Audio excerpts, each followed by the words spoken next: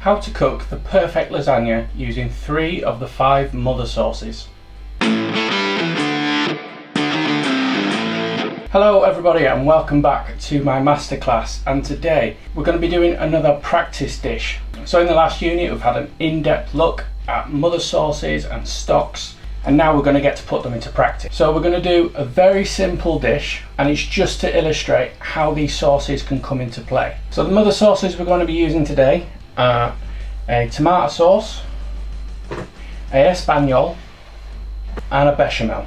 So if you're not up to speed on those 3 sauces, pause here, go back and look at those recipes, get yourself up to speed, and then come back to this video once you're all caught up. Before we get cooking, for those of you that are finding this one just on the bounce, this is part of my How to Cook masterclass. I plan close to 100 lessons and taking you every step of the way through a classical cookery course. So if that's something that interests you, hit subscribe and I'll see you every Monday for a new lesson. And of course, check out the playlist so far. There is tons of stuff in there to get you started. So just to go through the prep then, I've got some diced mirepoix, I've got some diced courgette and peppers, I've got some diced bacon or lardons, and I've got some really lean 5% fat beef mince. Got my oven waxed up to 200 Celsius and I've got a pan on with a little rapeseed oil.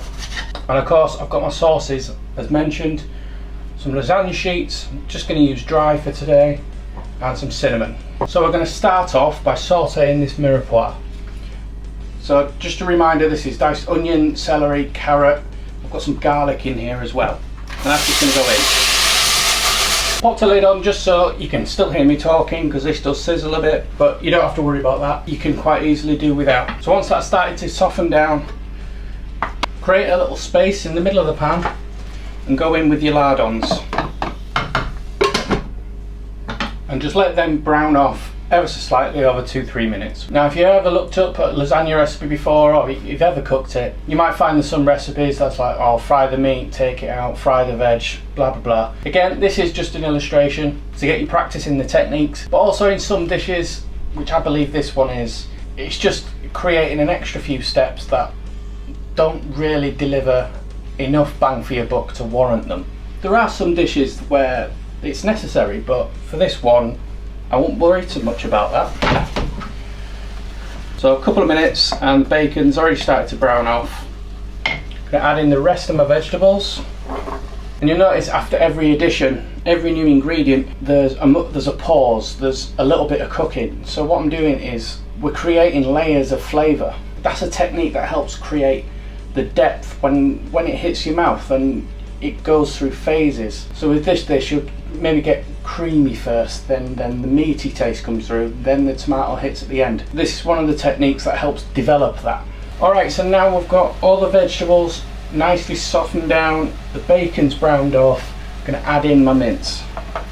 So not only is the mince going to brown and create a flavour of its own, it's also going to soak in and marry up all the vegetable juice that's in there, a little bit of salt from the bacon and the garlic. This will take a few minutes longer to cook out than the other steps, but be patient with it, it is worth it in the end. So 3-4 minutes in, the mince is nicely browned off now. So what we're going to do now is start introducing our sauces. So we're going to go in with the tomato sauce, of course we are. Now that there could be the perfect base, but there's one more thing. In most recipes you'll see the use of beef stock. We're going to switch that up and we're going to use a beef Espanol. So that's going to add a great beefy taste, but it's also going to help thicken it. So I'd say a ratio probably 2 to 1, 2 being the tomato, 1 being the beef. Handy little trick for you as well. If you're making a cottage pie or a shepherd's pie, switch that ratio around and there you are. 2 recipes in 1. With a slight alteration. Maybe change your vegetables or something, but you get the gist. So I'm going to push that to the back. I'm going to let that simmer away for around about an hour and a half on this occasion. You can leave it longer. The longer you leave it, the more impactful the flavour is going to be. But an hour and a half will be absolutely sufficient. Now while that's simmering away, you can probably hear it ticking over. Just got a fresh pan on. We're going to use our bechamel now. I'm just going to gently bring that up to the boil. Now when we looked at the bechamel, we talked about derivatives. or second class sauces, or simply what you can turn this sauce into. And what we're going to be turning this into today is a Mornay sauce or a cheese sauce. So I've got some grated mature cheddar. Just get that in the sauce and just stir it through, allow the cheese to melt. It's also going to help thicken it right up as well. So once that's done, leave that to one side. Coming back to this beef then, what we've essentially got now is a bolognese. So I'll give it a little bit of salt and a little bit of pepper, and a nice little trick, maybe half a teaspoon of cinnamon. Really works to bring another lovely element to the flavour you're getting from this.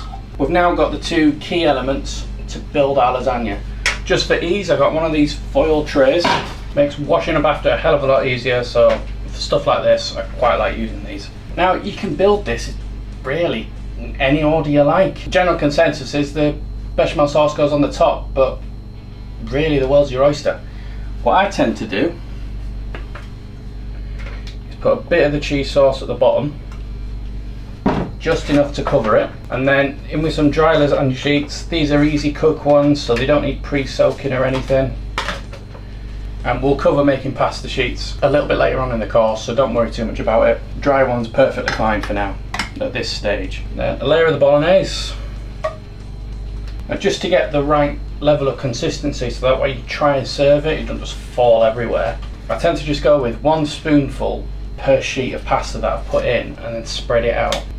So repeat, layer again, sod it, layer of bolognese, layer of bechamel, why not?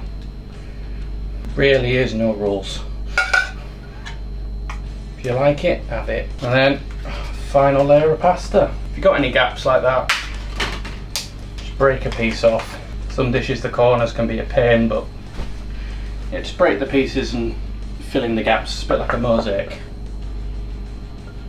And final layer, bechamel over the top, and then I just hope I made enough. If you really want to, a bit more cheese over the top. Then all that remains to be done, pop this in the oven. So this will take around about 40 minutes. Plenty of time, do a few pots. Right, let's have a look. That looks absolutely stunning. Something so good about something so simple. If you've been doing this course and you didn't know how to do anything before you started, and you whack this out on the table for your family, you're going to be an absolute superstar. Now a good trick for serving this is just to let it rest a little bit. So give that 10-15 minutes just to relax and all come back together. It just helps stop it being that a little bit sloppy when you serve it. So you should be able to get a nice clean portion from it. So I'm going to just let this rest for a little while. Now I've got my plate. You've got a 2-pronged attack, I think, here. Just lay that on. Don't worry about drips or anything like that. It's all part of the drama. And there you are, an absolutely fantastic lasagna.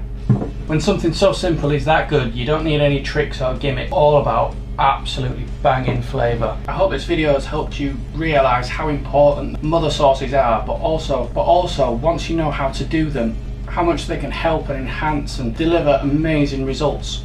With something so simple as a lasagna, something that you could do from just picking up a couple of jars from the shelf, having that extra bit of skill to build something up from scratch. And once we've covered how to do pasta, that's going to be elevated so much more. So thank you very much for watching. Make sure you subscribe for next week's practice dish before we move on to a brand new unit.